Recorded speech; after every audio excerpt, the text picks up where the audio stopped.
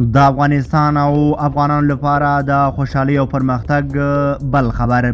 هیواد کې د تیلو د چاڼ برخه کې پانګونې ته لیوالتیا زیاته شوې ده. د هیواد په شمال کې د اومو نفتو د چاڼ د فابریکو د ټولنې غړي وایي چې په بلخ کې د اومو نفتو د پروسس په سکتور کې له 100 میلیونو ډالرو څخه زیاته پانګونه شوې ده.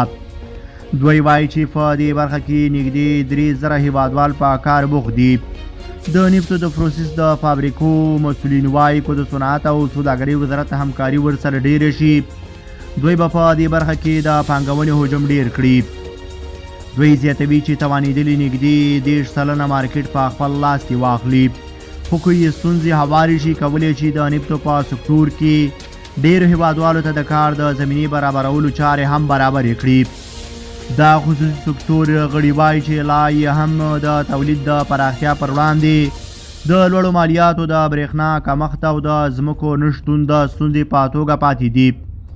تاسو په دې اړه څه نظر لرئ؟ په دې اړه هم راسره خپل نظریات کمنټ کې شیر کړئ او د داسې لا ښکلو ویډیوګانو او خبرونو لپاره در سره زموږ یوټیوب چینل سبسکرایب کړئ. له ملتیا مننه چې موږ سره تر بیا ښه وخت ښې چارې